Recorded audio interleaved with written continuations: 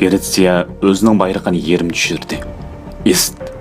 Ular o'zining tarixini bilishmaydi. Angliya Yevropa ittifoqidan nemishqa ayrildi. Ustida qo'yash batmagan bir imperatorlik Yevropa ittifoqida kichik bir rayon bo'lib qoladi. Ammo ayrılışda kechikib qoldi. Germaniya kelsak, u İngiliz, Fransuz, Amerika ishg'olidan qutulishni o'ylaydi. İngilizlar afsonaviy hikoya sifatida Parij sanoat ko'rgazmasida Victor Hugo'ning xiyolini tushuntirgan Yevropadan ayrildi. Amaliyotda Turkiyaning Yevropa ittifoqida nima ishi bor? Gretsiyaning Yevropa ittifoqida nima ishi bor? Fatih Ayasofyani Vizantiniyadan olmadi. U ayni zamonda Vizantiniyani Latin ishg'olidan qutqizib oldi. U fathi bilan Sharqiy Rum imperatori sifatida Ortodoksning qurg'uvchisi edi. Fatihning fatih qo'shinidagi mayillik Vizantiniyalik xristianlarning soni Latinlar boshqurgan Vizantiniya qo'shinidan ko'p edi. Ayasofya faqat Osmoniylarning tushidan uyg'onishiga bir eshik ochmadi. Bugun Sharqiy Rumning uyg'onish kunidir. İngiliz millatlar birligi bor, Fransuz millatlar birligi bor, Rossiya federatsiyasi bor. Bundaq bo'lgan ekan, nimishqa Osmonli millatlar birligi bo'lmasin? Fatih o'zi xohlab Rum imperatori bo'lmadi. Balki Vizantiniya xalqi ustimizda kardinal shakis ko'rgandan Osmonli sallis ko'rishni afzal bilamiz deyishgan edi. Yangi imperator bir musulmon edi. Xarab holda Latinlar parishon holatga akab qo'ygan ibodatxonalar yangi bir imperator tarafidan qaytadan qurilgan bir ibodatxona sifatida yasaldi. Bugun islom millatlar birligi orzusining qaytadan jonlangan bir kunidir. Bugun Hazrati Umar va Fatihning omonati va vasiyati bilan qo'g'dashni ustimizga olgan Ortodoks millatlar birligi tushining uyg'ongan kunidir. Ba'zilar katolik dini va protestant dinining qozonida Ortodoksni eritmoqchi bo'ladi. Ammo uning unumi bo'lmadi. Daryo yana oqadigan yerini izlaydi. Agar Rumlar, Gretsiyaliklar, Bulg'arlar, Ruslar, Qudusdagi Ortodokslar, Ukrainiya, Gruziya va Armanistondagi Ortodoks cherkovlarining tarixini bilgan bo'lsa edi, bugun qo'ng'iroq chelib Ayasofyaning yangidan ibodatxona sifatida ochilganligini tabriklagan bo'lardi. Bugungi kunda Ayasofyada Allohning ismi ulug'landi va Ibrohim, Imron, Muhammad alayhissalomlarga duo va salomlar o'qildi. Duo va salomlarni faqat Hazrati Muhammad alayhissalomga emas, Hazrati Ibrohimga, Hazrati Musoga, Hazrati Davudga, Hazrati Sulaymonga, Hazrati Isoga va Hazrati Maryam alayhissalomlarga yo'llaymiz. Biz Zakariya alayhissalomning mihrobida qo'limizdagi qilich bo'lsa, Hazrati Davud alayhissalomning qilichidir. Gretsiya bayrog'ini yerim tushirib, Vizantiniya xalqining qarshisiga o'tib, Latin xalqi tarafga yara oldi. Gunoh bizda.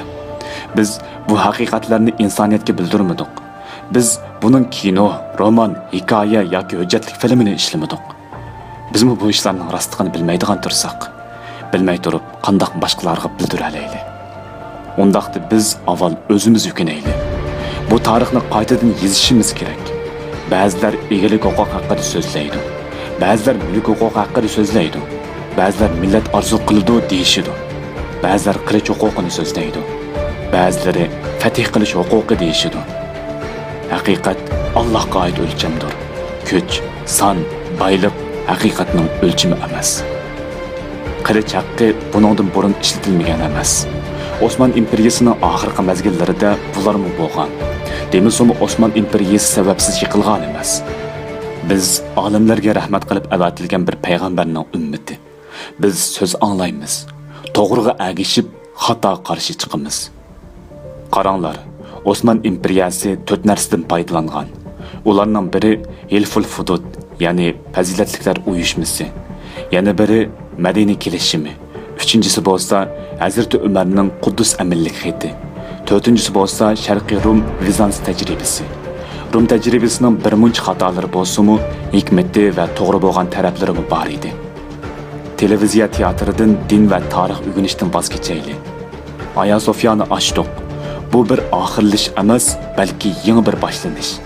Ya'ni ochdik va hamma narsa tugadi deydigan ish yo'q. Bugun yangi bir davr boshlandi. Qiladigan ishimiz ko'p. Bu haqda davlatga, yerlik organlarga, ijtimoiy tashkilotlarga, axborot vositalariga, universitetlarimizga va shirkatlarimizga og'ir vazifalar yuklandi. Bu ish siyosiy munozaraga qurbon bo'lib ketmaslik kerak. Ba'zi do'st birodarlardan Ayasofya ichidagi ba'zi cho'ng asarlarning boshqa yerlarda ekanligini angladim. Ular yig'ib to'planishi kerak. Ayasofya bir butunlik qatorida boshqa organlarmi bor. Bularmi o'xshashlar yangidan ko'zdan kechirilishi kerak. Ayasofya madrasasi nima bo'ldi? Unimi qaytadan ahyo qilishimiz kerak. Ayasofyaning ichidagi narsalarda yana bir turkum yangi asarlarni qo'lga keltirishimiz kerak.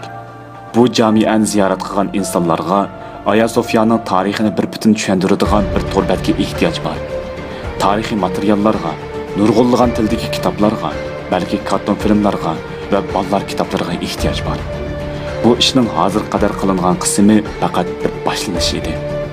Endi yangi bir boshlang'ich uchun yangimizni turishimiz kerak. Kun tartibimizda islom millatining birligi bo'lishi kerak. Osman imperiyasi millatlar birligimi, Sharqiy Rum imperiyasi millatlar birligimi va ortodoks millatlar birligimi bo'lishi kerak. Salom va duo bilan oxirlashtirman. Abdurahmon Dilipak, yana Akit.